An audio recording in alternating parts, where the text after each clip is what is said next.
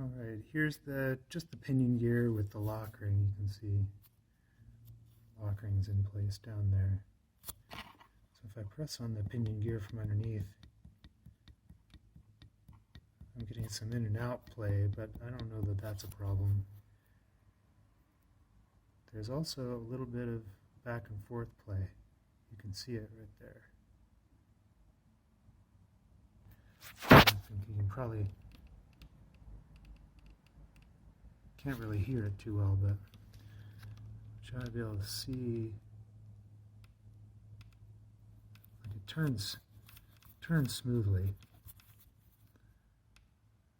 but there's still some play, and it must be in the bearing.